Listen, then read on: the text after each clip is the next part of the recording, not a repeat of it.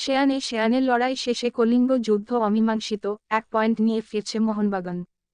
Video শুরু করার আগে আমাদের চ্যানেলটি সাবস্ক্রাইব করে, ভিডিওটিতে লাইক শেয়ার কমেন্ট করে আমাদের সাথেই থাকুন।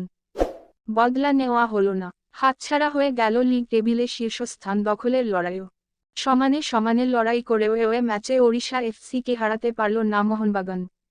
সাদিকু পেত্রাতোসরা একাধিক সুযোগ পেয়েও গোলমুখ খুলতে পারলেন না। ফলে ম্যাচ শেষ হলো গোলশূন্যভাবে। একটা দল নিজেদের শেষ 3 ম্যাচ জিতেছে, আরেকটা দল জিতেছে নিজেদের শেষ 4 ম্যাচ। ম্যাচ শুরুর আগে একটা দল ছিল পয়েন্ট টেবিলের 1 নম্বরে, আরেকটা দল 3 নম্বরে। সুতরাং ভুবনেশ্বরে দুই দলের কেউ যে কাউকে 1 ইঞ্চিও জমি ছাড়বে না, সেটা প্রত্যাশিতই ছিল। হলো তাই। কলিঙ্গ স্টেডিয়ামে শনিবাসরীয় লড়াইটা হলো সমানে। রক্ষণের ফাঁকফোকর থেকে শুরু করে আক্রমণে ভুলচুক, অসংখ্য ভুল করল দুই শিবিরই, যার ফলে দিনের শেষে কোনো দলই গোল করতে পারল না। অথচ এই ম্যাচেও গোলের সুযোগ এসেছিল অজস্র। এদিন কামিন্সের জায়গায় সাদিকুকে স্ট্রাইকার হিসাবে নামান হাবাস। সেই সাদিকু ম্যাচের 24 মিনিটে একেবারে সুবর্ণ সুযোগ নষ্ট করলেন। আশিস রায়ের পাঠানো ক্রস একেবারে গোলের সামনে পেয়েছিলেন তিনি।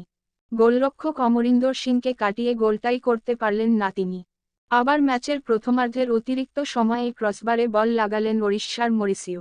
সেটাও গোলে রাখতে পারলে এগিয়ে যেতে পারত ওড়িশা।